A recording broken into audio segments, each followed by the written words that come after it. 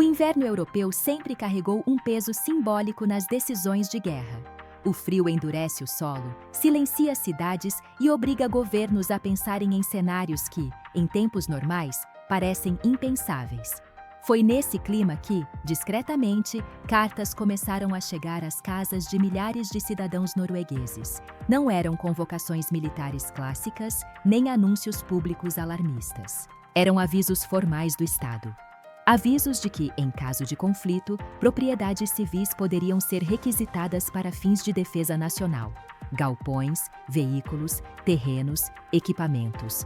Tudo listado com frieza burocrática, mas com um significado político profundo. A Europa estava ajustando sua postura para um mundo que voltou a tratar a guerra como possibilidade concreta. A notícia ganhou força quando veio à tona que mais de 13.000 comunicações desse tipo haviam sido enviadas na Noruega. O governo confirmou que se tratava de um procedimento legal, previsto há décadas, mas que raramente era ativado em larga escala.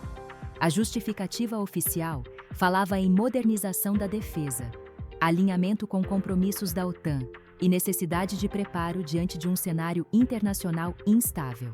Não havia anúncio de guerra, não havia mobilização imediata de tropas, mas havia algo novo no ar: a normalização da ideia de que o território civil pode voltar a ser parte direta da logística militar europeia. O que aconteceu, objetivamente, foi uma atualização prática de leis de requisição em tempos de emergência. A Noruega, como outros países nórdicos, mantém há décadas um modelo de defesa total, no qual a sociedade civil é integrada ao esforço militar em caso de ameaça existencial. As cartas não ordenam a entrega imediata de bens, mas notificam cidadãos e empresas de que seus ativos podem ser utilizados se o Estado declarar necessidade estratégica. O simples envio dessas notificações, porém, rompe um tabu político. Ele traz a guerra para dentro da vida cotidiana, não como manchete distante, mas como possibilidade administrativa real. A cobertura da mídia de centro tratou o episódio com cautela técnica. Veículos mais equilibrados explicaram que não se trata de um alistamento em massa nem de confisco iminente, mas de uma atualização legal comum em países que adotam doutrina de defesa integrada. O foco esteve na contextualização histórica, lembrando que leis semelhantes existem desde a Guerra Fria e que a Noruega não está se preparando para atacar ninguém, mas para garantir capacidade de resposta rápida. Essa abordagem buscou reduzir o pânico, enfatizando que o gesto é preventivo e alinhado a padrões europeus recentes, especialmente após a guerra na Ucrânia e o aumento da tensão no flanco norte da OTAN. Já a mídia, identificada com uma visão mais crítica ou à esquerda, foi além da explicação técnica e concentrou-se nas implicações políticas e sociais. O envio das cartas foi interpretado como um sinal claro de militarização crescente da Europa, impulsionada por uma lógica de confronto permanente. Analistas destacaram que, ao transformar propriedades civis em potenciais ativos militares, o Estado redefine a relação entre cidadão e guerra. A crítica não foi apenas ao risco externo, mas ao custo interno dessa preparação. Normalizar o excepcional, aceitar a guerra como horizonte estrutural e deslocar recursos sociais para a lógica da defesa. Em alguns textos, a medida apareceu conectada a pressões internacionais, ao papel dos Estados Unidos na redefinição da OTAN e ao medo de que países menores acabem pagando um preço desproporcional em conflitos que não controlam.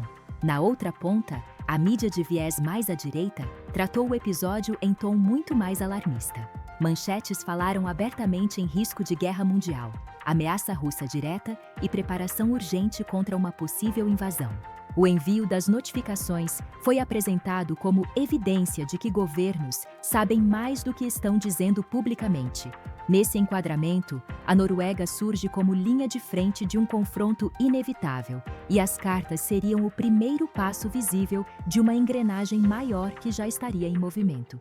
O discurso enfatiza a necessidade de força, prontidão e sacrifício nacional, sugerindo que o pior cenário deve ser considerado desde já. O contraste entre essas leituras revela mais do que diferenças editoriais. Ele expõe como a mesma ação estatal pode ser interpretada como prudência administrativa, como sinal de militarização excessiva ou como alerta de guerra iminente. E é exatamente nesse ponto que a narrativa ganha profundidade. A Europa não está declarando guerra, mas também não está mais vivendo sob a ilusão de paz permanente. A guerra deixou de ser um evento excepcional do passado e voltou a ocupar espaço no planejamento real dos estados. A Noruega, em particular, ocupa uma posição estratégica sensível. Faz fronteira com a Rússia, abriga infraestrutura crítica no Ártico e participa ativamente da OTAN. Qualquer escalada regional no norte da Europa teria impacto direto sobre seu território.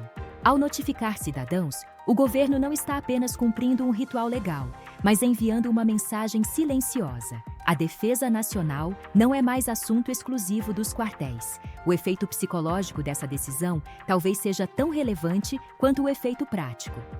Ao receber uma carta dessas, o cidadão comum é forçado a imaginar cenários que antes pareciam abstratos. Caminhões civis virando transporte militar, armazéns privados usados como centros logísticos, terrenos transformados em áreas operacionais.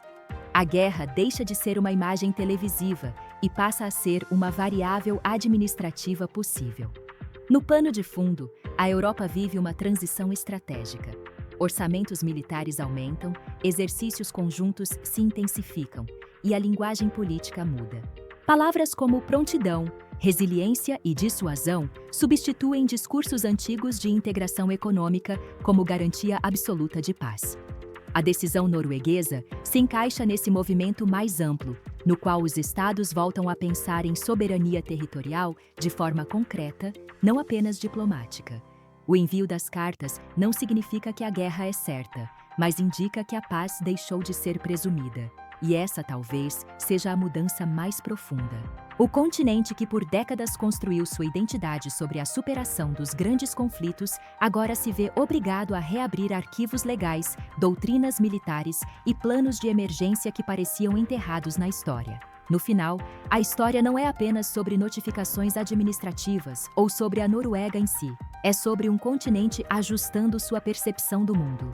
Um mundo onde a segurança voltou a ter custo, onde a neutralidade é mais difícil de sustentar e onde a linha entre civil e militar se torna novamente difusa. A carta que chega silenciosa pelo correio é, na verdade, um espelho de uma Europa que começa a se preparar não para a guerra desejada por ninguém, mas para a guerra que já não pode mais ser ignorada.